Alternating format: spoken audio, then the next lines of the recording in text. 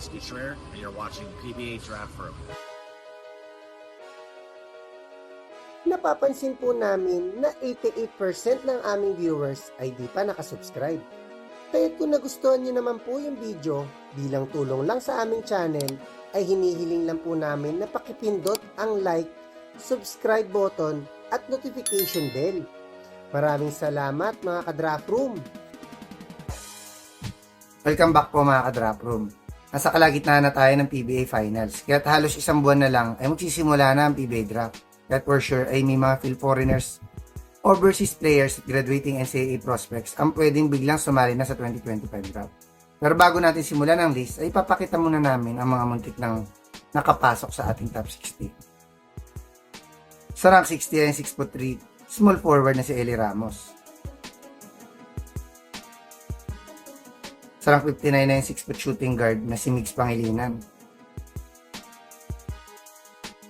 Sa rank 58 ay 6'7" center na si Mario Barasi.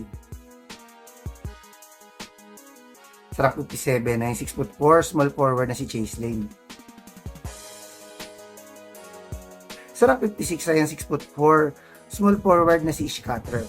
Kahit medyo nag-struggle ang team niya sa PSL na top tier athletics, ay naging solid role player dito si Ish gamit ang kanyang hustle, rebounding at defense. Nag-improve naman ang kanyang opensa sa mga recent 3x3 leagues na nilaruan niya, na pwedeng reason para may kumuha sa kanya sa 2025 draft.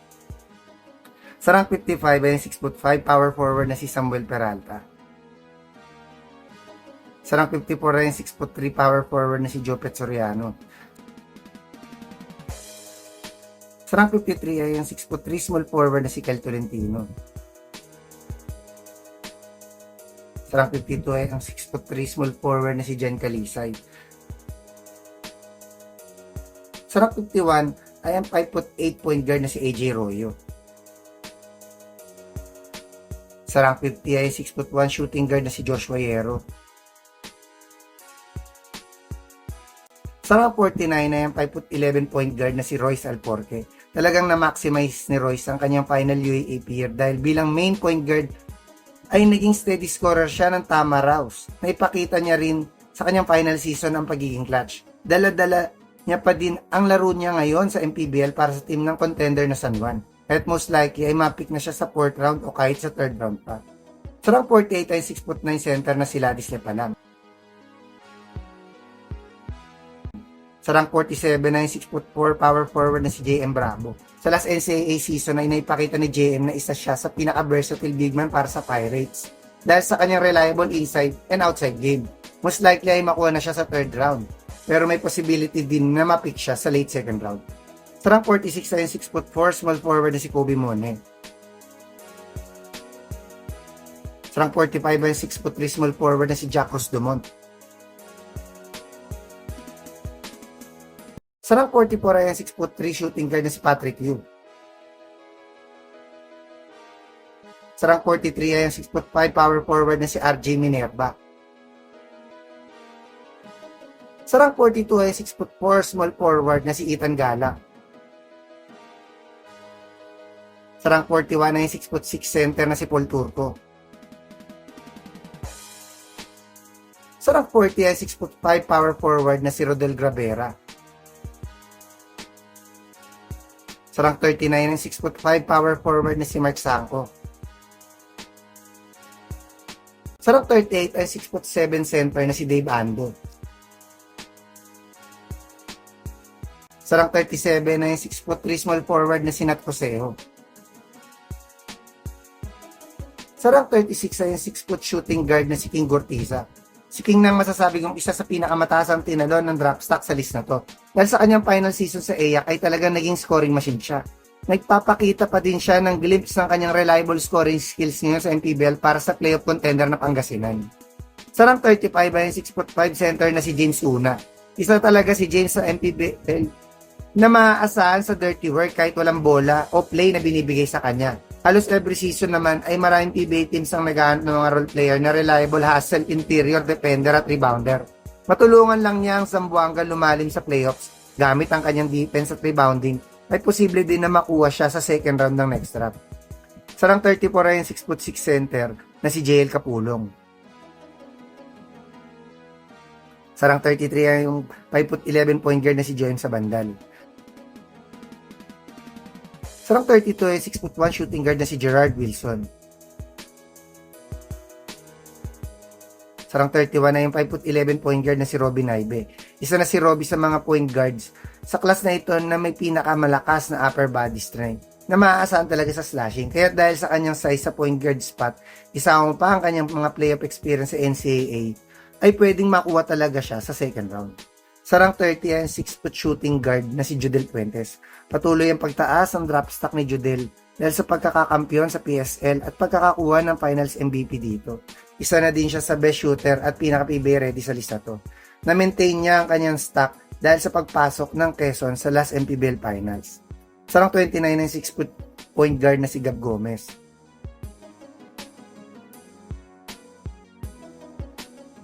Sa rank 28 ay 5'11" point guard na si Lian Ramiro. Dahil sa dami ng talented scorer sa Green Archers, ay di halos napansin ang kanyang individual skills. Pero nagamit naman niya ang kanyang high basketball IQ at leadership para makapasok sa finals. Sa last UAAP season, ang Lasal. Mas tataas pa ang stock niya sa paglalaro ngayon sa Vietnam bago ang draft. Sa rank 27 ay 6-foot shooting guard na si Sean Ketebis. Sa rank 26 ay ang 6'4" power forward na si Don Ochea. Sa rank 25 ay ang 6-foot point guard na si Joshua David. Naging isa sa key guards ng Lasal si David na nakuha ng Green Archers ng kampyonato sa UAAP Season 86. Pero mas naging consistent ang kanyang two-way game sa kanyang final year sa Lasal. Kaya't magiging sure par second rounder na siya kung magtutuloy-tuloy ang improvement niya bilang main point guard ng Abra sa MPBL. Sa rank 24 ay 6'1" point guard na si Kobe Ordonio. Sa rank 23 ay 6-foot shooting guard na si Harvey Pagsanan. Paganda talaga para kay Harvey ang desisyon niya lumipat sa EAC. Dahil sa kanyang one and done season ay talagang naipakita niya ang kanyang reliable scoring skills lalo na sa transition. Malaki na ang chance na mapick siya sa second round ng next draft. Sa rank 22 ay 6'1" shooting guard na si CJ Austria. Isa si CJ sa mga reliable wing contributor ng Lasal sa kanilang mga kampyonato sa UAAP at PBA D-League. Patuloy niya na nagagawa yan ngayon sa MPBL powerhouse na Abra. Sa rank 21 ay 6'3" small forward na si Joaquin Manuel. Sa rank 20 ay 6'9" center na si Tsutomu Tateshi. Sa rank 19 ay 6'5" power forward na si Ace Santagon. Sa rank 18 ay 6'5" power forward na si Vince Magbuhos. Decent naman ang naging performance ni Vince sa playoff team na Nueva Ecija. Pero ngayon na naglalaro siya sa MPBL Championship contender na Quezon, ay bumalik ang kanyang reliable offensive game na ginawa niya before para sa Adamson. Sa rank 17 ay 6'4" power forward na si Christian Manaytay. Masasabi kong isa sa PBA ready na si Manaytay after ng kanyang final year sa UAAP.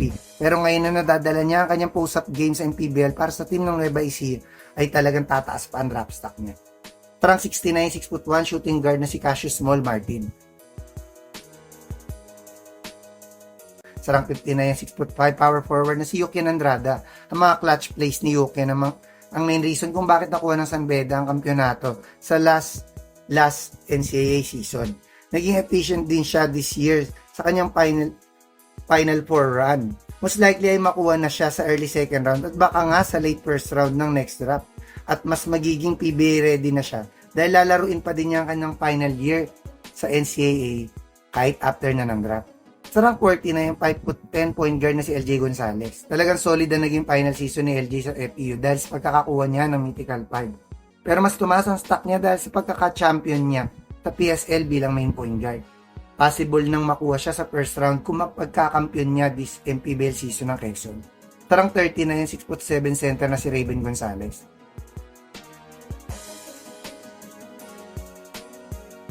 Sa rank 12 ay 6'5" small forward na si Chris Kuhn. Sa rank 11 ay 6'4" small forward na si James Spencer.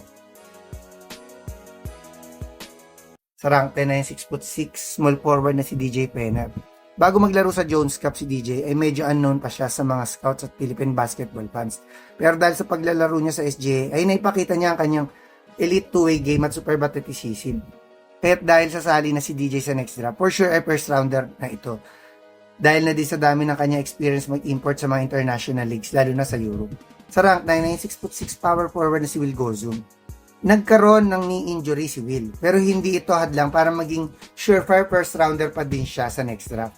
May chance pa naman niya masolidify ang pagiging top 5 pick kung magiging double machine pa din siya this MPBL season.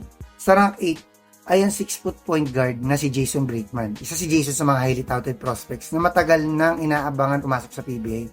Kahit ngayon na nag-declare na siya, ay posibleng mapick pa din siya sa top 5 kahit medyo may edad na siya. Tingin ko ay magagamit na ang prime ng elite playmaking skills niya na at least 5 years sa PBA. Sa rank 7 ay yung 6'9" center na si Gio Chu. Sa Ateneo pa lang ay naipakita na ni Gio ang kanyang high basketball IQ at kakayahan maka-adapt sa sistema ni Coach Tab. Pero nang dahil sa mga imports ay limited lang ang naging exposure niya. Mas nahasa din ang kanyang inside game at interior defense sa Japan B-League. Pero ngayon sa NPBL para sa Abra ay talagang sinusolidify na niya ang pagiging first rounder sa next draft. Sa rank 6 ay 6-foot point guard na si Juan Gomez Deliano. Sa UAAP pa lang ay kilala na bilang isang elite point guard si Juan dahil sa kanyang superb shot creating skills at athleticism. Nadadala niya yan sa PBA D-League dahil sa pagkakakuha ng MVP dito. Mas lalo pang nahasa ang overall skills ni Juan sa mga overseas experience niya sa Japan B-League at KBL. Kahit kung sasali na siya this draft, ay posible siya ang maging best point guard sa class na to. Sa rank 5 ay ang 6'10" center na si CJ Lane. Ngayon pa lang ay todo paghahanda na si CJ sa mga mini tournament sa US. Pero pag naglaro na siya sa NPBL para sa Batangas at talagang dinominate niya ito, ay magiging surefire top 5 pick na siya sa next draft. Sa rank 4 ay 6'3" small forward na si Justin Gutang. Sa NCAA at field basket pa lang ay naglalaro si Justin, ay considered first rounder na siya. Pero talagang lalong tumaas ang draft stock ni Justin nang naglaro siya sa KBL dahil kahit sa mataas na level ng competition dito, ay nadala niya pa rin ang kanyang explosiveness at scoring talent. Kahit kung sasali na siya sa next draft, most likely top 5 pick na siya. Sa rank 3 ay 6'2" shooting guard na si Renz Abando. Talagang tumaas ang draft stock ni Renz nang naglaro siya sa KBL. Pero pinakita niyang franchise player caliber siya na naglaro na din siya sa Gilas. Kahit kung sumali na siya this draft, for sure ay top 3 pick siya. Sa rank 2 ay 6'2" small forward na si Terdy Ravena. Halos half a decade na simula nang inabangan ng mga scout sumali na si Terdy sa draft. Pero dahil sa paglalaro sa Japan B-League ay naudlot ito. Currently ay kakapirma lang niya sa Dubai team ng 1-year contract para sa EuroLeague. Kaya kung mag-decide na siya sumali next draft, ay posibleng ma-pick siya first overall dahil bukod sa PBA ready na siya, ay sobrang laki na ng kanyang international experience. Sa rank 1 ay ang 6'10" center na si Kentin Meliora Brown. As expected ay malaki talaga magiging impact ni QMB para sa UAAP champion na UP. Si QMB ang tumapat sa top 10 towers na sina Phillips at Kiambao na talaga nagpataas ang kanyang draft stock. Most likely ay siya na ang maging top pick sa draft na ito. Halos 2 buwan na lang ay magsisimula na ang draft. Hintayin pa natin ang mga graduating NCAA stars na pwedeng mas lalo magpalalim ng class na ito hanggang sa susunod na lang mga ka-drop room.